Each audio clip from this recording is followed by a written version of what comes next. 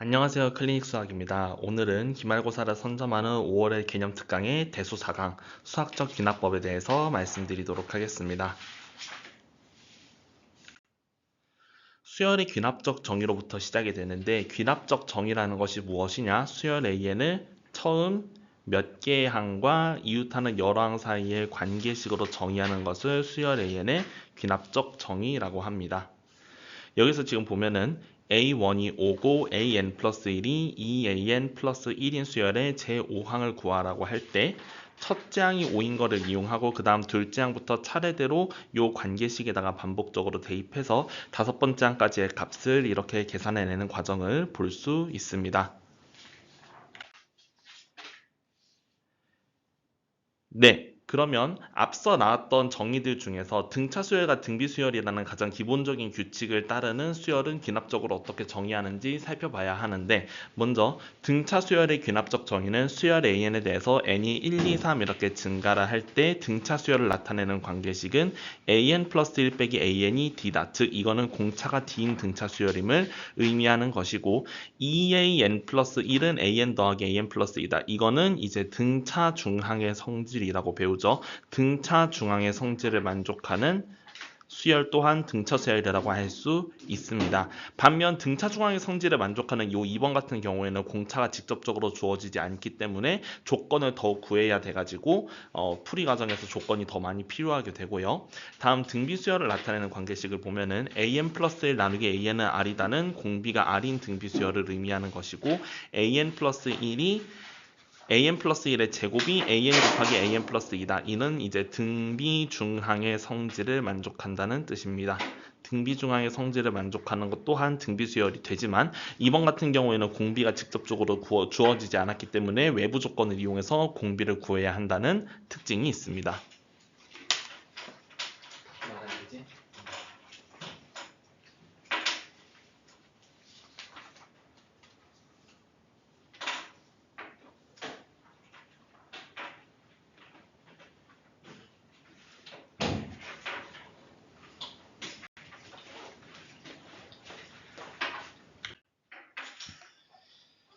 등차 수열과 등비 수열의 기납적 정의를 이용해서 문제를 푸는 예시들을 먼저 하나 살펴보면은, 예시 1번 같은 경우 첫째 항이 4고 공차가 3으로 주어진 등차 수열은 일반항을 AN은 4 더하기 N 플러스 N-1 곱하기 3으로 구해서 AN을 3N 플러스 1로 일반항을 구할 수 있고요.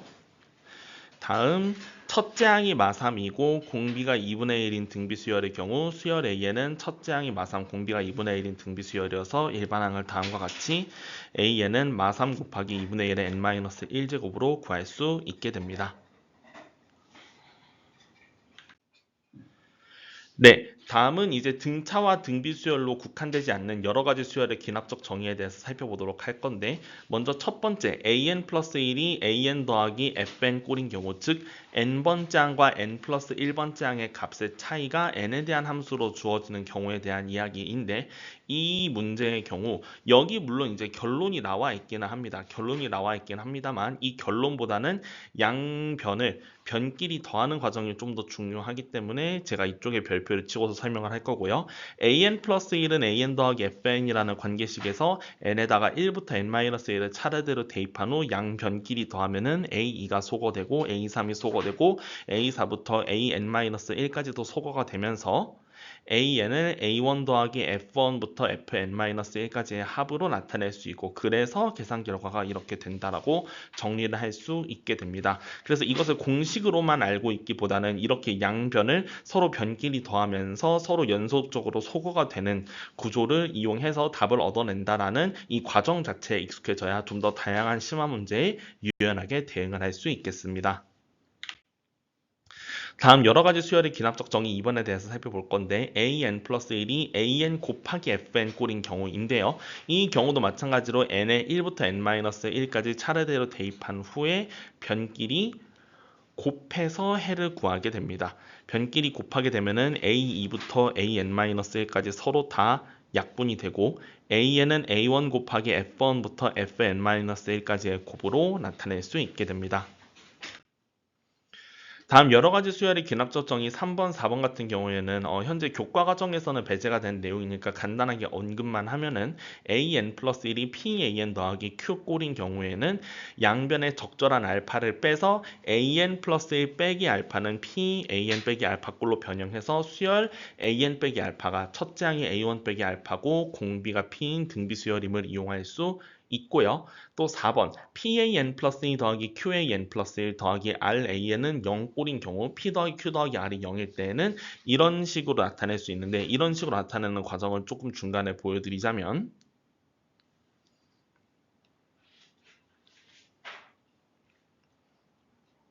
q가 마이너스 괄호 p 플러스 r이기 때문에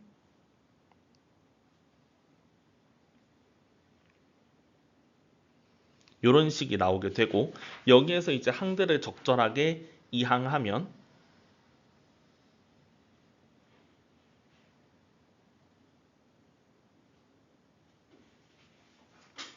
이러한 등식이 성립을 하게 되고 그래서 수열 an 플러스 1 빼기 an이 첫째 항이 a2 마이너스 a1이고 공비가 p분의 r인 등비 수열임을 이용할 수 있게 됩니다.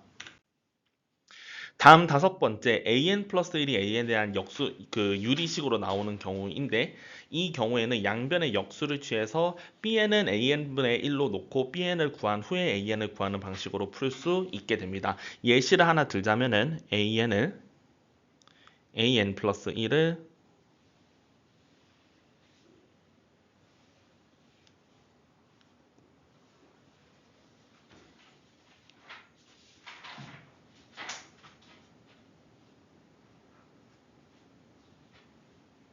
요런 꼴로 놓았을 때 양변의 역수를 취하면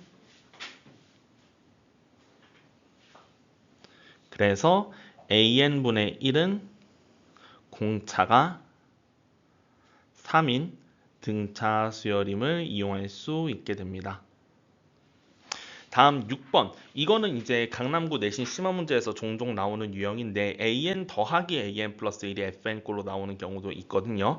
이 경우에는 양변에 n 대신에 n 플러스 1을 대입한 an 플러스 1 더하기 an 플러스 2가 fn 플러스 1임을 이용하고 이 식과 가감법을 이용해서 an 플러스 2 빼기 an 즉 두 칸 건너뛴 두 항의 값의 차이가 이렇게 fn 플러스 1 빼기 fn임을 이용하기도 하고 또 수열의 합을 구하는 경우에는 시그마 k는 1부터 2n까지 ak는 예를 들어 얘는 이제 a1 더하기 a2 a3 더하기 a4 쭉 해서 a, 2n 마일 더하기 a, 2n까지 더하는 것이기 때문에 이거를 f에 대한 식으로 나타내면 f1 더하기 f3 더하기 f5 더하기 쭉 해서 f 2n-1이다 라고 해서 이런 식으로 일반항을 구하게도 할 수 있습니다. 이거는 실제로 기출문제로 나왔던 예시 중 하나인데 첫째 항이 1이고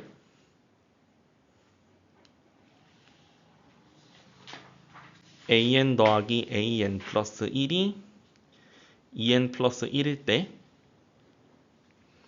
시그마 k는 1부터 23까지 ak를 구하는 문제가 기출문제로 나온 적이 있거든요. 이거 같은 경우는 어떻게 처리하냐면은 a1 첫째 항을 따로 떼두고 둘째 항과 셋째 항의 합, 넷째 항과 다섯째 항의 합 쭉 해서 22번째, 23번째 항까지의 합으로 계산을 한다라는 관점으로 보면 첫째 항은 1이고 둘째 항, 셋째 항의 합이 5가 되고 넷째 항, 다섯째 항의 합이 9가 되고 그 다음에 22번째, 23번째 항의 합이 45가 되면서 첫째 항이 1이고 공차가 4인 등차 수열을 1부터 45까지 더하게 되는 것이죠. 항의 개수는 2부터 22까지 짝수의 개수 11개에다가 1을 더한 12개의 항을 더하게 되고 첫째 항은 1, 맨 마지막 항은 46이 되면서 45가 되면서 46 곱하기 6을 계산한 276이 답이 됩니다. 네, 다음 이제 클리닉 포인트 한번 살펴보도록 하겠습니다. SN과 AN 사이의 관계식이 주어졌을 때 대응 방법에 대한 이야기인데 예시를 하나 들자면은 SN은 4AN 플러스 3이다. 이런 식으로 수열의 합과 수열의 일반항 사이의 관계식이 주어지는 경우가 있거든요. 일단은 이런 식으로 주어졌을 때 보통 첫째 항이 주어지지 않거든요. 왜냐하면은 n에 1을 대입하면 첫째 항을 직접 구할 수 있기 때문인데요.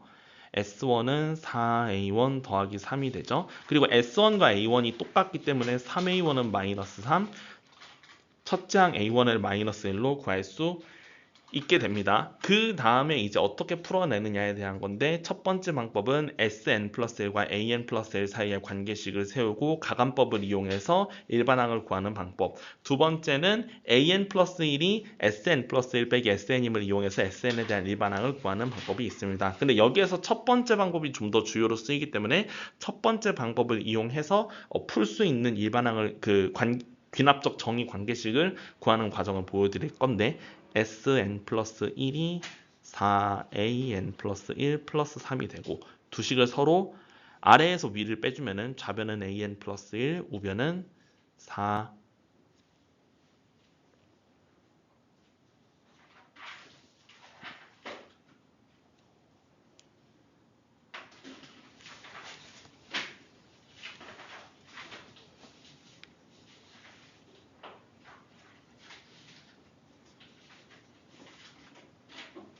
이런 관계식이 주어지기 때문에 an 플러스 1은 3분의 4 an, 즉 공비가 3분의 4인 등비수열이 된다는 사실을 확인할 수 있게 됩니다. 그 다음 첫째 항 알고 있기 때문에 일반항은 다음과 같이 구할 수 있게 되는 거고요.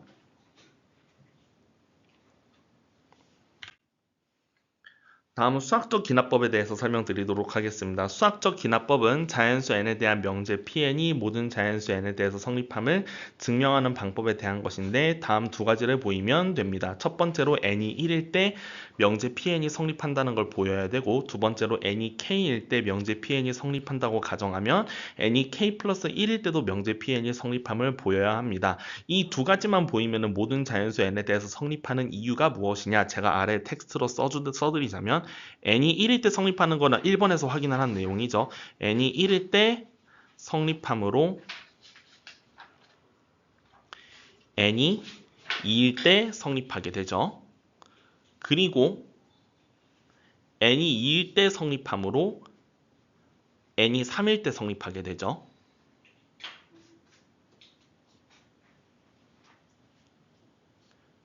그리고 n이 3일 때 성립함으로 n이 4일 때 성립하게 되죠. 이런 식으로 모든 자연수에 대해서 이 명제가 참임이 확장이 되면서 증명이 되기 때문에 수학적 기납법에서 이 1번과 2번을 설명하면 모든 자연수에 대해서 성립함을 확인할 수 있다라고 말을 할 수 있게 됩니다. 수학적 기납법을 이용한 예시 한번 살펴볼 건데, 모든 자연수 n에 대해서 등식 1부터 2n-1까지의 홀수들의 합이 n제곱이 된다는 사실을 증명해 볼 건데요. 먼저 n이 1일 때 상황을 살펴보면은 좌변이 1이 되고 우변은 1의 제곱이니까 똑같이 1이 된다는 사실을 확인할 수 있게 됩니다. 그리고 n이 k일 때 기억이 성립한다고 가정하면은 1부터 2k-1까지의 합이 k제곱이 된다고 가정을 할 수 있게 되고, 양변에 2k 플러스 1을 더하면, 나중에 이렇게 양변에 더하거나 곱할식을 찾는 방법에 대해서 설명을 드릴 건데, 양변에 2k 플러스 1이라는 적절한 식을 더하면은 좌변을 1부터 2k 플러스 1까지의 합이 되고, 우변은 k제곱 더하기 2k 더하기 1이니까 k 플러스 1의 제곱이 됩니다. 즉, 이 계산 결과는 기억의 등식의 양변에 n에다가 k 플러스 1을 대입한 결과와 같기 때문에 n이 k일 때 성립한다고 가정한 등식이 n이 k 플러스 1일 때도 성립한다는 사실을 확인할 수 있게 됩니다. 따라서 모든 자연수 n에 대해서 다음과 같은 명제가 성립하게 되는 것이고요. 네, 이것을 이용해서 수학적 기납법의 예시 2번, 2 이상의 모든 자연수 n에 대해서 다음 부등식이 성립함을 수학적 기납법으로 증명해 보도록 하겠습니다. 답지 갖다 줄게.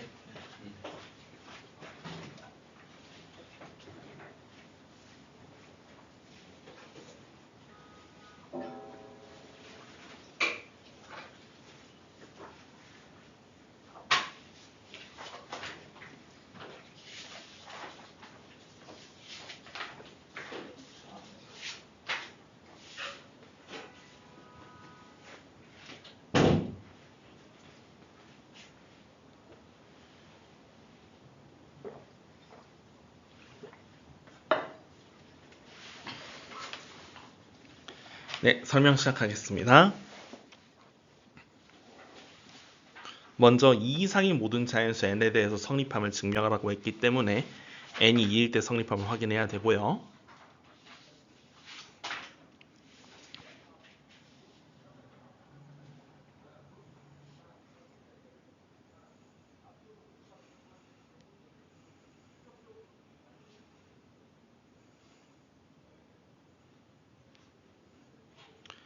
n이 2일 때 좌변은 9, 우변은 8이 돼서 9가 8보다 크기 때문에 성립함을 확인할 수 있습니다. 다음 두 번째,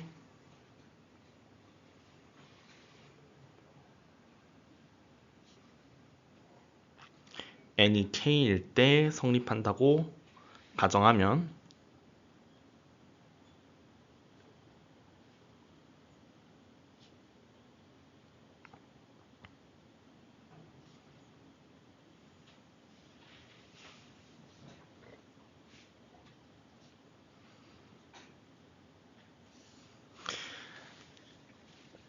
여기에서 이제 증명의 목적을 잠시 생각을 해보면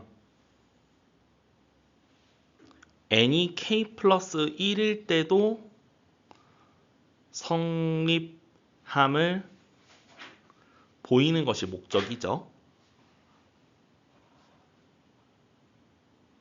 그러니까 우리의 목적은 3의 k 플러스 1제곱이 3k 플러스 1 더하기 2보다 크다는 걸 밝히는 건데 좌변이 3의 k제곱에서 3의 k 플러스 1제곱으로 변화를 한다는 건 3이 곱해졌다는 뜻이죠. 그렇기 때문에 여기에 풀이가 어떻게 진행이 되느냐, 양변에 3을 곱하면 으로 풀이가 전개가 됩니다.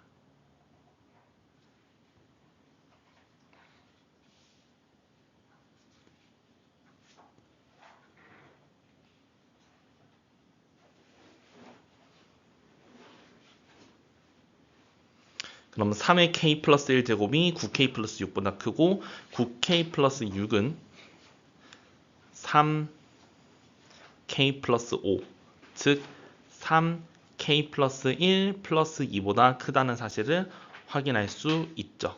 그래서 n이 k 플러스 1일 때도 부등식이 성립하게 됩니다.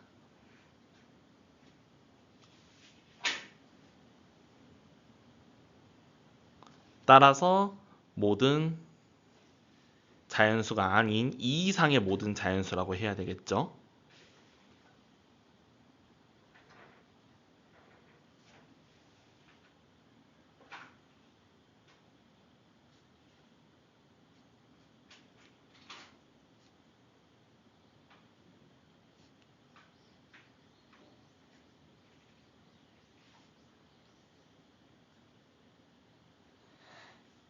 네, 이와 같이 증명을 하게 되겠습니다. 네, 방금 이제 클리닉 포인트를 이제 살펴보면 확인할 수 있는데 좌변이 n은 k에서 n은 k 플러스 1로 변화할 때에 그 나타나는 변화를 양변에 가하게 되거든요. 그게 양변의 어떤 식을 더하는 것일 수도 있고 곱하는 것일 수도 있는데 어쨌든 좌변의 변화를 파악하고 그 좌변의 변화가 가해지도록 양변에 똑같은 식을 더하거나 곱해야 한다라는 것입니다. 이걸 이용해서 이제 명제 증명하게 됩니다. 이것으로 오늘 4강 마치도록 하겠습니다. 시청해주셔서 감사합니다.